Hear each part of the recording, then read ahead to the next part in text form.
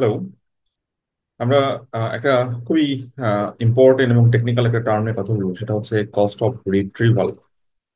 So cost of রিট্রিভালের কনসেপ্টটা হচ্ছে, ধরেন একটা ওয়েব পেজকে গুগলের ইন্ডেক্সেশনের মাধ্যমে রেজাল্টে নিয়ে আসার জন্য, অর্থাৎ এসিআরপি রেজাল্টে আনার জন্য যে কস্টিংটা হয়, সেই কস্টিংটাই হচ্ছে আপনার কস্ট অফ রিট্রিভাল।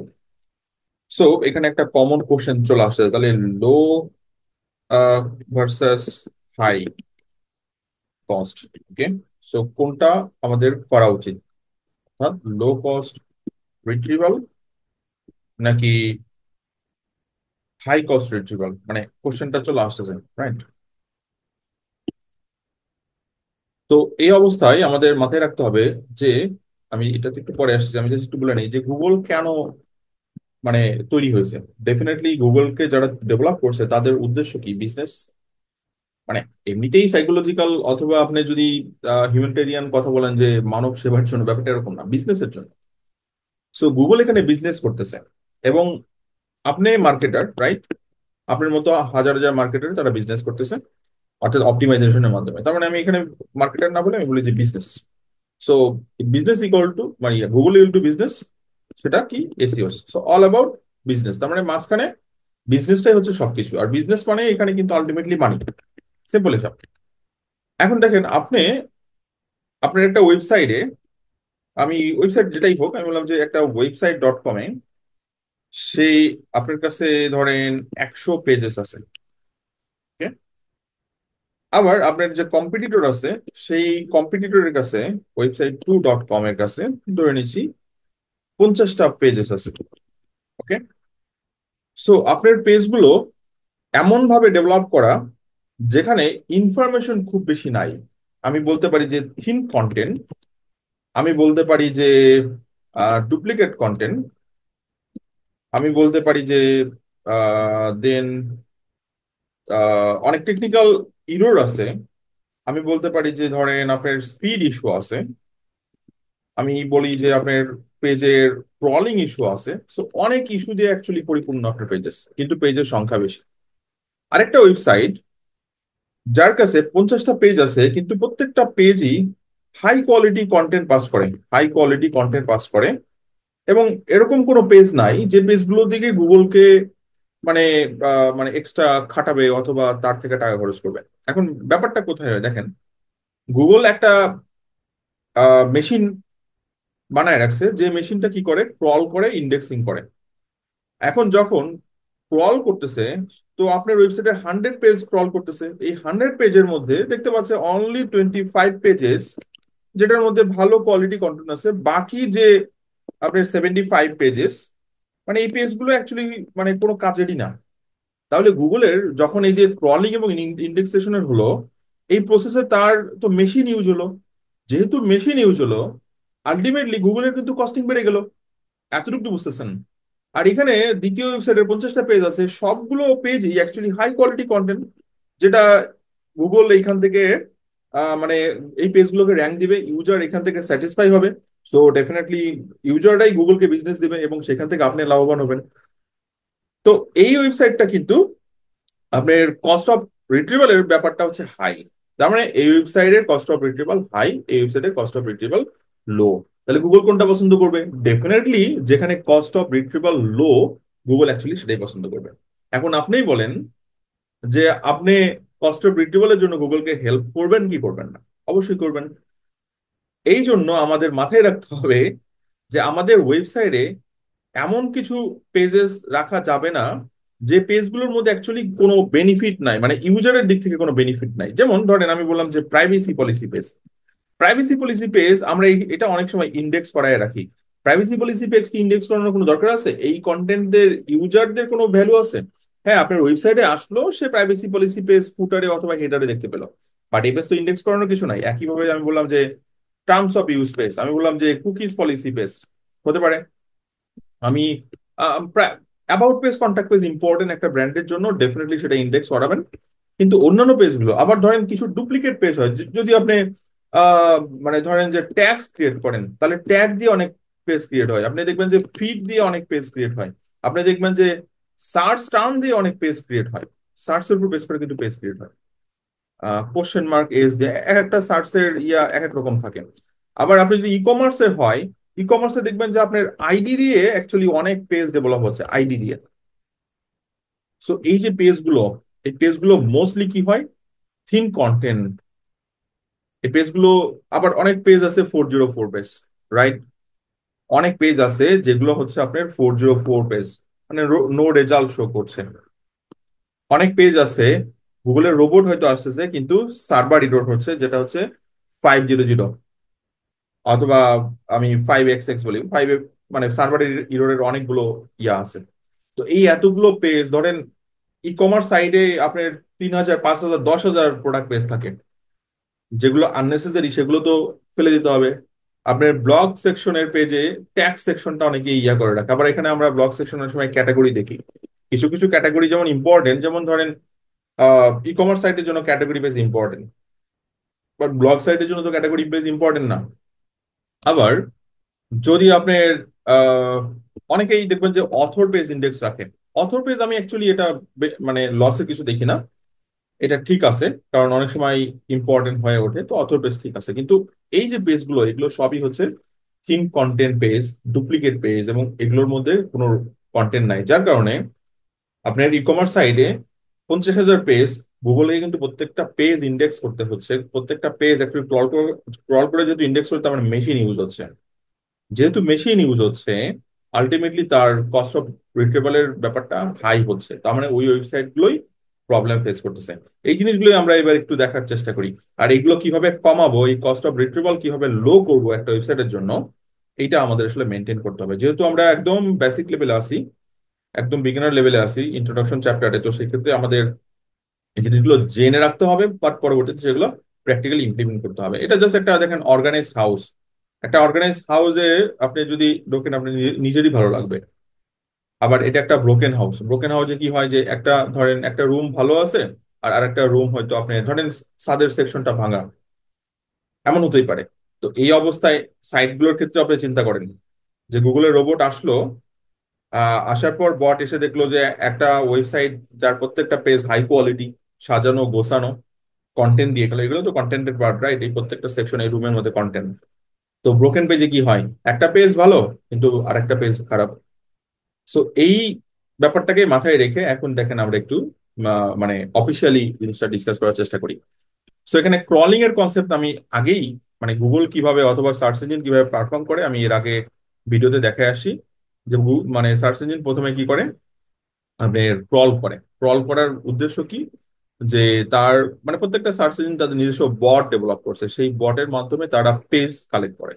যে ওয়েবে অর্থাৎ ডাব্লু তে কি ধরনের পেজ আসে, সেই পেজগুলোকে তারা কালেক্ট করে কিসের জন্য, আপনার কন্টেন্টের জন্য। ওকে, সো এখানে দেখে navigate the web and identify content with, sorry, what indexing. তার মানে প্রথম হচ্ছে জাস্ট সে ভিজিট করতেছে বিভিন্ন লিঙ্ক গুলো। Factors that can reduce crawling cost. So আপনি ক্রলিং কস্ট কমাতে হবে, রাইট? ক্রলিং কস্ট কমলেই তো আপনার রিট্রিভাল কস্ট কমে আসবেন।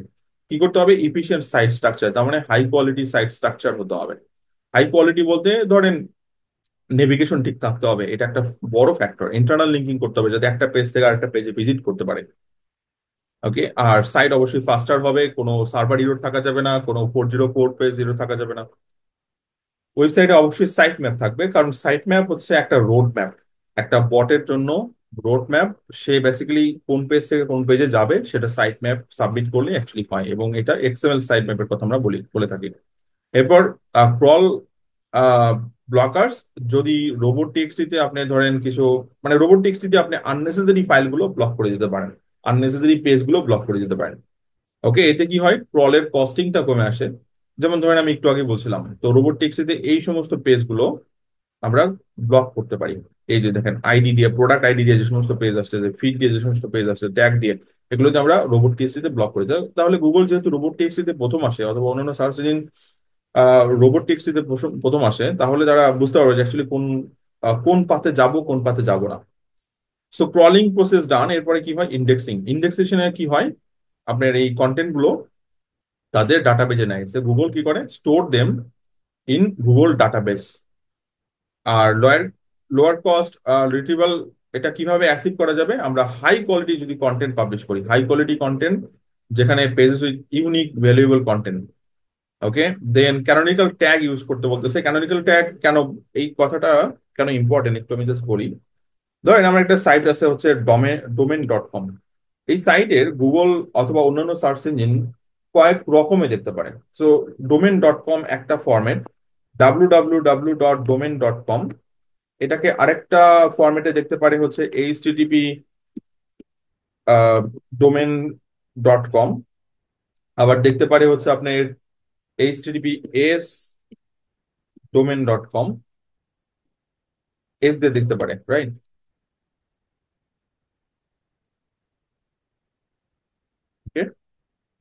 এটা এটা এভাবে না বেসিক্যালি, মানে একটা ডাব্লিউ ভার্সন, একটা ডাব্লিউ ছাড়া, একটা ডাব্লিউ, একটা এস দিয়ে, একটা এস ছাড়া। Okay?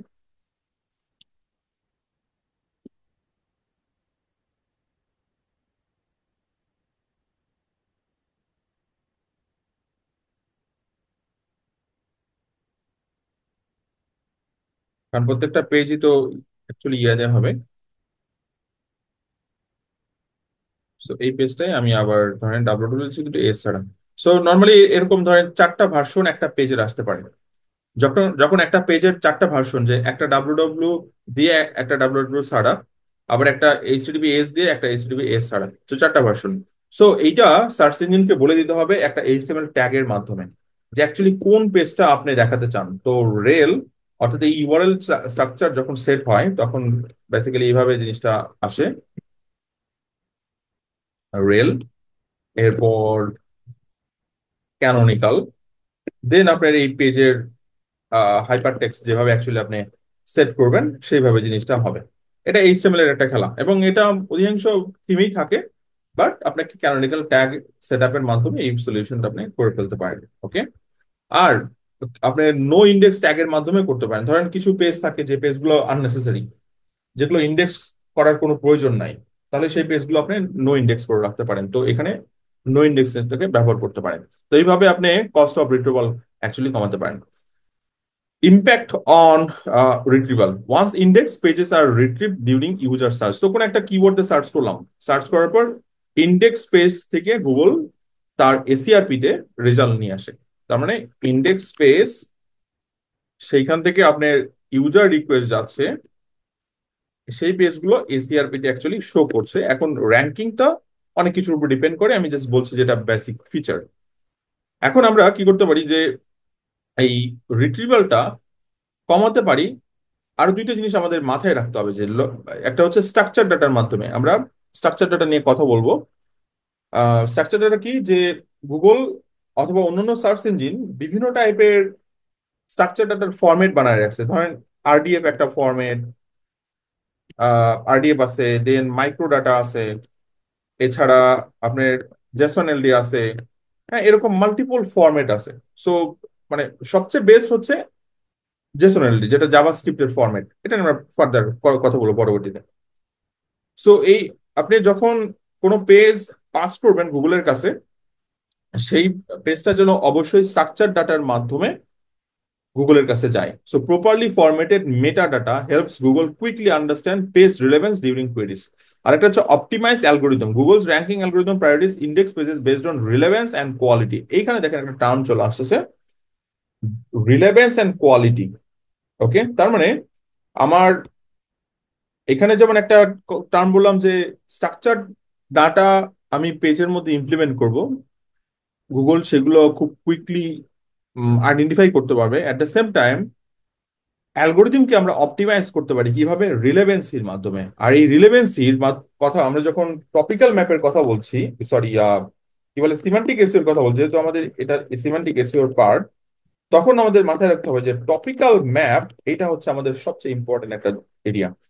টপিক্যাল ম্যাপ যদি আমরা ক্রিয়েট করি, তাহলে সিমিলার টাইপের অথবা রিলেভেন্ট কন্টেন্ট আমাদের ওয়েব পেজের মধ্যে পাবলিশ হচ্ছে। যখন রিলেভেন্ট কন্টেন্ট যাচ্ছে, তখন এক ধরনের অথরিটি ডেভেলপ হচ্ছে যে হ্যাঁ, এই সাইটটা অ্যাকচুয়ালি এটা নিয়েই ডেভেলপ করা হয়েছে। যেমন ধরেন আমি একটা এক্সাম্পল দিলাম যে healthline.com। তাহলে হেলথলাইন এই টার্মের মধ্যেই, সরি হেডলাইন হয়ে গেছে, এই টার্মের মধ্যেই টার্মটা কিন্তু আছে এবং এই নামটা দেখে বোঝা যাচ্ছে, আবার এই কন্টেন্ট গুলো যদি চেক দিন সবকিছু অ্যাকচুয়ালি হেলথ ইন্ডাস্ট্রি নিয়ে করা হয়েছে। তার মানে হেলথ ইন্ডাস্ট্রির একটা অথরিটি, টপিক্যাল অথরিটি সাইট হচ্ছে healthline.com। সো এটা বলা যেতে পারে। এবার আমরা যদি একটা এক্সাম্পল দেখার চেষ্টা করি যে উইদাউট টপিক্যাল ম্যাপ, যেমন এখানে একটা জাস্ট মানে ফ্রুটের বাকেট দেখানো হচ্ছে, সবগুলো ফল এলোমেলো। সো গুগল যখন ডেটা নিবে, তাকে বিভিন্ন মানে বিক্ষিপ্ত উপায়ে ডেটা কালেক্ট করতে হচ্ছে, ইন্ডেক্স করতে হচ্ছে বিক্ষিপ্ত উপায়ে, যে একবার অ্যাপেলে যাচ্ছে, আবার সে অরেঞ্জে যাচ্ছে, আবার সে গ্র্যাপে আসতেছে, আবার সে ব্যানানাতে যাচ্ছে, আবার আবার অরেঞ্জে যাচ্ছে, হ্যাঁ এরকম ভাবে মাল্টিপল মানে বিক্ষিপ্ত আকারে সে ছোটাছুটি করছে।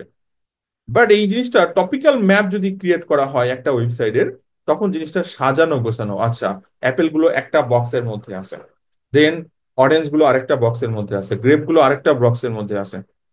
ওকে, সো এইভাবে আপনি টপিক্যাল ম্যাপ অ্যাকচুয়ালি যদি ক্রিয়েট করেন, তাহলে আপনি কস্ট অফ রিট্রিভাল কমায় নিয়ে আসতে পারবেন, যার যেটা অ্যাকচুয়ালি আপনার অ্যালগোরিদমকে অপটিমাইজ করতেছে।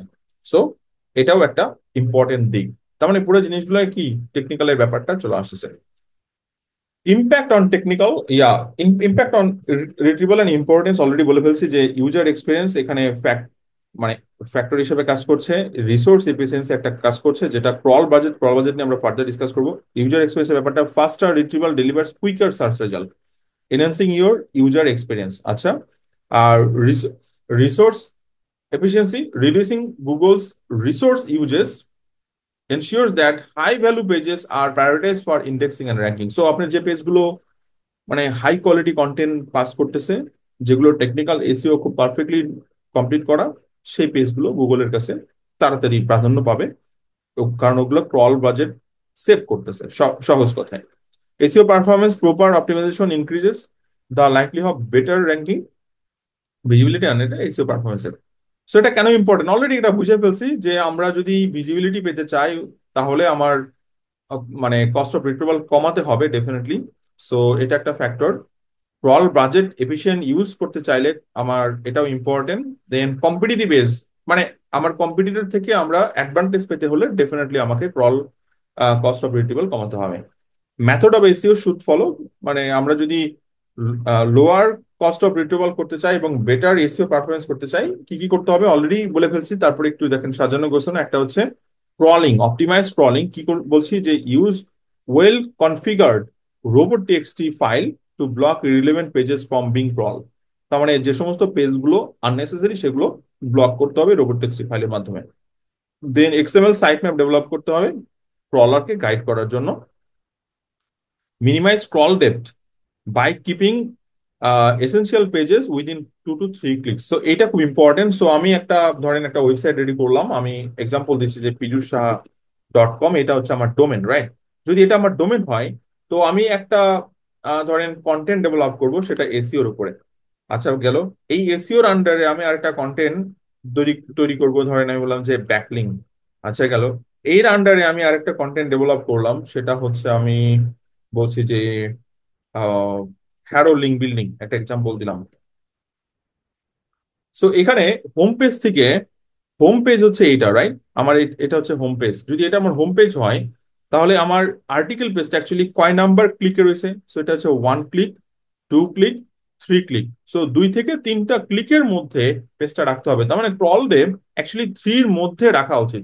এখন এর বাইরেও যদি আপনি করেন, তাতে কোনো প্রবলেম নাই, বাট এটা রোবটের জন্য খুব বেশি প্রবলেম হয়ে যাবে, কারণ রোবট ম্যাক্সিমাম মানে অপটিমাইজেশনের জন্য ম্যাক্সিমাম 3 ক্রল ডেপ পর্যন্ত ওরা ভালো পারফরমেন্স দেয়। এর বেশি হলে ওরা অ্যাকচুয়ালি আরো বেশি ভিতরে অথবা ডিটেলসে যেতে চায় না।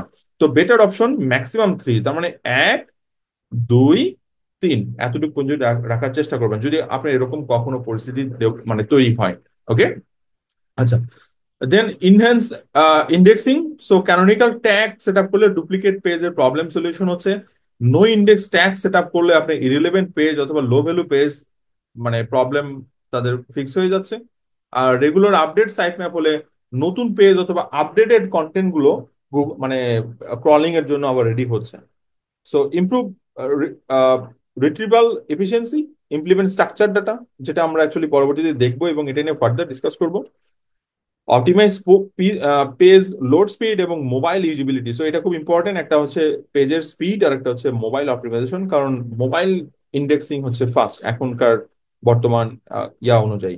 Monitor crawl budget, use tool like Google search console to track how Google bot crawls your pages. আপনি সেটিংসে গেলে ক্রল বাজেটের দেখতে পারবেন। প্রায়োরিটাইজ হাই ভ্যালু কন্টেন্ট, যেমন প্রোডাক্ট পেজ অথবা cornerstone article for crawling using crawl budget optimisation techniques. Which is bet already জেনে গেছেন যে আমাদের অ্যাকচুয়ালি লো কস্ট রিট্রিভাল এইটার উপর অ্যাকচুয়ালি ফোকাস করতে হবে। আর কি কি করতে হবে অলরেডি আমরা এগুলো ডিসকাস করে ফেলছি। এখানে বেশ কিছু এক্সাম্পল দেওয়া হয়েছে রোবোটিক্সিতে আমরা কি করতে পারি। অপটিমাইজার সাইট 2 থেকে 3 ক্লিক অলরেডি বলে ফেলছি। দেন যদি পেজ এরকম হয় যে মানে যে দেখেন রিমুভ ডুপ্লিকেট কন্টেন্ট, যেমন এটা হচ্ছে আমার পেজ, এটার সাথে এই যে আইডি পেজ অথবা রেফারেন্স পেজ ডেভেলপ হচ্ছে। তো এই পেজগুলোকে আমি এই রেফারেন্স ধরে আমরা কি করতে পারি, use canonical tag to point the main content, এটা একটা। এবং এটা ক্যানোনিক্যাল ট্যাগ, এটা এইচটিএমএল এর মাধ্যমে করা যেতে পারে। ওকে, আচ্ছা, অথবা এটা রোবট টিএক্সটি দিয়েও এটা কন্ট্রোল করা যায়। আচ্ছা, আরেকটা খুব ইম্পর্টেন্ট একটা দিক, সেটা হচ্ছে pre render dynamic pages. Pre render dynamic পেজের কনসেপ্টটা যদি একটু বলি, জিনিসটা আসলে খুব সিম্পল। আহ ধরেন বর্তমান যে সাইটগুলো সেগুলো হচ্ছে, যদি আপনি ওয়ার্ডপ্রেসে করেন তাহলে ওয়ার্ডপ্রেসের কোর সাইট, অথবা আপনি যদি শপিফাই সাইট করা হয় শপিফাইতেও, তাহলে দেখবেন যে এগুলো কোর সাইট বেসিক্যালি পিএসপি তে করা। পিএসপি মোস্টলি আপনার ব্রাউজার বেস অপটিমাইজেশন নিয়ে কাজ করে। সো আপনার পেজগুলো কিন্তু সার্ভারে রেন্ডার হয় না, ব্রাউজারে রেন্ডার হয়, মানে ক্লায়েন্ট সাইডে রেন্ডার হয়। এই জন্য আপনার পিএসপি সাইটগুলোর ইন্ডেক্সিং প্রসিডিওরটা মানে একটু তুলনামূলকভাবে সময় সাপেক্ষ। বাট আপনার সাইট যদি ধরেন জাভাস্ক্রিপ্ট রিলেভেন্ট কোনো সাইটে ডেভেলপ করা হয়, জাভাস্ক্রিপ্ট সাইটের, যেমন আপনার নোড জেএস হচ্ছে এদের ব্যাকএন্ড দিয়ে করা হয়, পিএসপি যেমন এটা ব্রাউজার, এটা হচ্ছে সার্ভার। সো নোড জেএস এর আরেকটা ভালো ফ্রেমওয়ার্ক, মানে একটা ফ্রেমওয়ার্ক, সেটা হচ্ছে আপনার বর্তমানে হচ্ছে নেক্সট জেএস। এটা দিয়ে যদি সাইট ডেভেলপ করা হয়, মানে এটার ইন্ডেক্সেশনটা খুব ভালো মতো হয়। বাট আপনার সাইট যদি পিএসপি দিয়ে অথবা ওয়ার্ডপ্রেসেও করা থাকে তাতেও কোনো প্রবলেম নাই। তাহলে আপনাকে প্রিন্টার.io এই টাইপের কোনো টুল দিয়ে অপটিমাইজ করলেই হয়। এগুলো পেইড টুল, যদিও এগুলো প্রাইসিং অনেক হাই। মানে আপনার পেজগুলোকে সার্ভারের জন্য ও রেন্ডার করে দিবে, ব্যাপারটা এরকম। সো এটা একটা জাস্ট মেথড অথবা মানে পদ্ধতি আমি জাস্ট আপনাকে বলে দিচ্ছি। আপনি যদি ওদের সাইটে যান তাহলে আপনি মানে দেখতে পারবেন।